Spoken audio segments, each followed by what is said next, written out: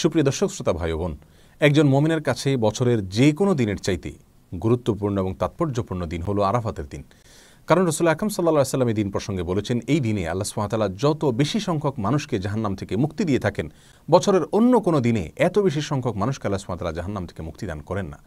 অপর এক হাদিসে আসছে, তিনি বলেছেন, আফদালুদ দুআই দুআউ ইয়াউমি আরাফা।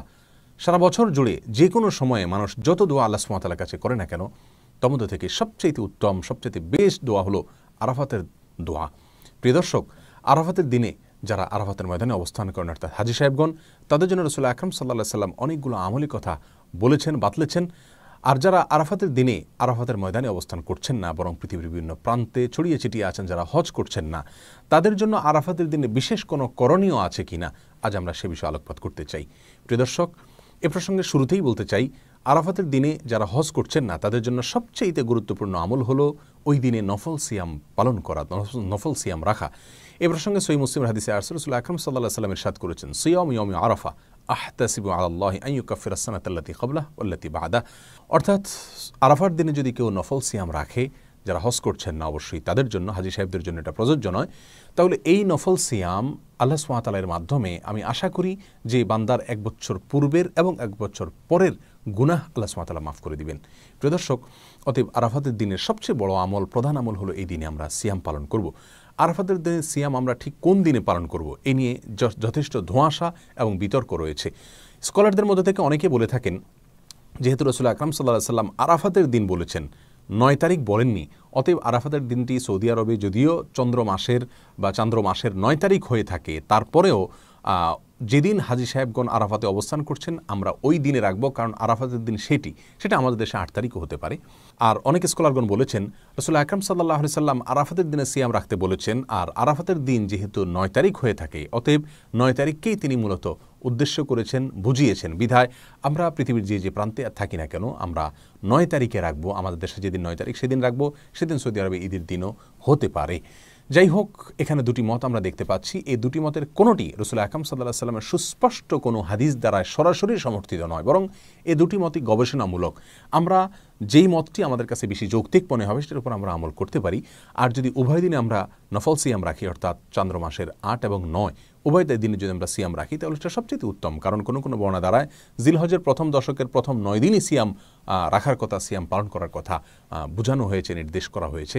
কোনো কোনো বর্ণনা দ্বারা এরকমটি বোঝা যায়। বিধায় আমরা জিলহজের 8 এবং 9 উভয় দিনে সিয়াম পালন করতে পারি। তাহলে আরাফাতের দিন উপলক্ষে সর্বপ্রথম এবং সবচেয়ে বড় কাজ হলো একজন মুমিনের জন্য যারা হজ করছেন না, আরাফাতে অবস্থান করছেন আরাফাতের দিনে, ওই দিনে সিয়াম পালন করবেন। আর দ্বিতীয় আমল হলো লা ইলাহা ইল্লাল্লাহু ওয়াহদাহু লা শারীকা লাহু লাহুল মুলকু ওয়া লাহুল হামদ ওয়া হুয়া আলা কুল্লি শাইইন কাদির। এই বাক্যগুলো বেশি থেকে বেশি বলা, পাঠ করা আরাফাতের দিনে। রাসূল আকরাম সাল্লাল্লাহু আলাইহি ওয়াসাল্লাম বলেছেন, ওয়া আফদালু মা কুলতু ওয়াল আম্বিয়াউ মিন ক্বাবলি লা ইলাহা ইল্লাল্লাহু ওয়াহদাহু লা শারীকা লাহু লাহুল মুলকু ওয়া লাহুল হামদ ওয়া হুয়া আলা কুল্লি শাইইন কাদির। অর্থাৎ আমি যত বাক্য আমার মুখ দ্বারা উচ্চারণ করেছি, যত জিকির করেছি আমি, এবং আমার পূর্বে যত নবীগণ যত জিকির করেছেন, তার ভিতরে সবচেয়ে উত্তম জিকির হলো এটি। রাসূল আকরাম সাল্লাল্লাহু আলাইহি ওয়াসাল্লাম এই জিকির আরাফাতের দিনে, এই দোয়াকে, এই বাক্যগুলোকে আরাফাতের দিনে পাঠ করার ফলে বিশেষভাবে নির্দেশ দান করেছেন। এই দোয়াগুলো বা এই বাক্যগুলো যদিও হাজী সাহেবদের জন্য, যারা আরাফাতের মধ্যে অবস্থান করছেন তাদের জন্য বলা হয়েছে, তারপরেও এই বাক্যগুলো যারা হজ করছেন না বা আরাফাতের দিনে আরাফাতের ময়দানে বাইরে আছেন তারাও পাঠ করতে পারেন। এটাই বিশুদ্ধ মত। কারণ রাসূল আকরাম সাল্লাল্লাহু আলাইহি ওয়াসাল্লাম এখানে নির্দিষ্ট করে দেননি যে শুধুমাত্র আরাফাতের দিনে যারা অবস্থান করছেন তারাই পড়বে, বরং আরাফাতের দিনে যে আমলগুলো আছে সেগুলো দিনের সাথে তিনি সম্পৃক্ত করেছেন। হ্যাঁ, যারা সেই দিনে আরাফাতের ময়দানে অবস্থান করে এই বাক্যগুলো বলতে পারবেন বা আরাফাতের ময়দানের যে সমস্ত আমলগুলো আছে সেগুলো করতে পারবেন, সন্দেহাতীতভাবে যারা বাইরে থেকে করছেন তাদের চাইতে তারা অনেক বেশি ফজিলতের অধিকারী হবেন, অনেক বেশি মর্যাদার অধিকারী হবেন, সেটা বলাই বাহুল্য। কিন্তু যেহেতু আরাফাতের দিনের আমলগুলোকে রাসূল আকরাম সাল্লাল্লাহু আলাইহি ওয়াসাল্লাম দিনের সঙ্গে সম্পৃক্ত করেছেন, অতএব ওই দিনে পৃথিবীর যে প্রান্তে মানুষ থাকুক না কেন, সেই দিনে যদি মানুষ বেশি থেকে বেশি সে আমলগুলো করে, তাহলে তারাও ইনশাআল্লাহ বিইজনিল্লাহ ফজিলত পাবে। অতএব আমরা দ্বিতীয় আমল হিসাবে আরাফাতের দিনে বেশি থেকে বেশি এই বাক্যগুলো পাঠ করব, লা ইলাহা ইল্লাল্লাহু ওয়াহদাহু লা শারীকা লাহু লাহুল মুলকু ওয়া লাহুল হামদ ওয়া হুয়া আলা কুল্লি শাইইন কাদির। আরাফাতের দিনের তৃতীয় আমল হলো, যেহেতু আরাফাতের দিনে সিয়াম পালন করা সুন্নাহ, আর সিয়াম পালন করলে যদি কোনো ব্যক্তি সিয়াম পালন করে তাকে ইফতার করানোর ফলে ওই রোজাদার ব্যক্তি রোজা রেখে যে পরিমাণ সওয়াব পান, ইফতার করানো ব্যক্তিকে আল্লাহ সুবহানাহু ওয়া তাআলা সমপরিমাণ সওয়াব দান করেন।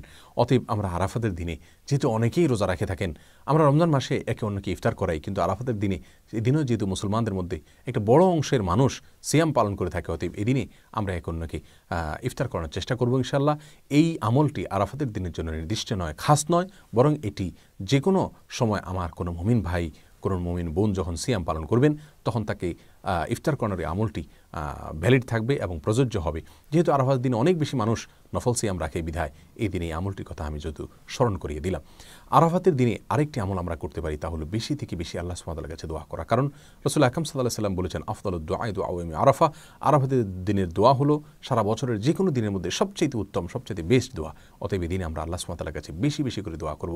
আল্লাহ সুবহানাহু ওয়া তাআলা আমাদের সকলকে আরাফাতের দিনে নফল সিয়াম পালন করা এবং লা ইলাহা ইল্লাল্লাহু ওয়াহদাহু লা শারীকা লাহু লাহুল মুলকু ওয়া লাহুল হামদু ওয়া হুয়া আলা কুল্লি শাইইন কাদির, এই বাক্যগুলো পাঠ করা এবং এই দিনে বেশি থেকে বেশি আল্লাহ সুবহানাহু ওয়া তাআলার কাছে দোয়া করা, আল্লাহ সুবহানাহু ওয়া তাআলার কাছে ক্ষমা চাওয়া। যেহেতু জাহান্নাম থেকে আল্লাহ সুবহানাহু ওয়া তাআলা মুক্তি অনেক মানুষকে দান করে থাকেন, যদিও এটা বেশিরভাগ ক্ষেত্রে এটা হাজী সাহেবদের জন্য, যারা আরাফাতের দিনে অবস্থান করছেন তাদের জন্য প্রযোজ্য। তারপর আমরা যারা বাইরে আছি তারাও আল্লাহ সুবহানাহু ওয়া তাআলার কাছে মুক্তি চাইতে পারি।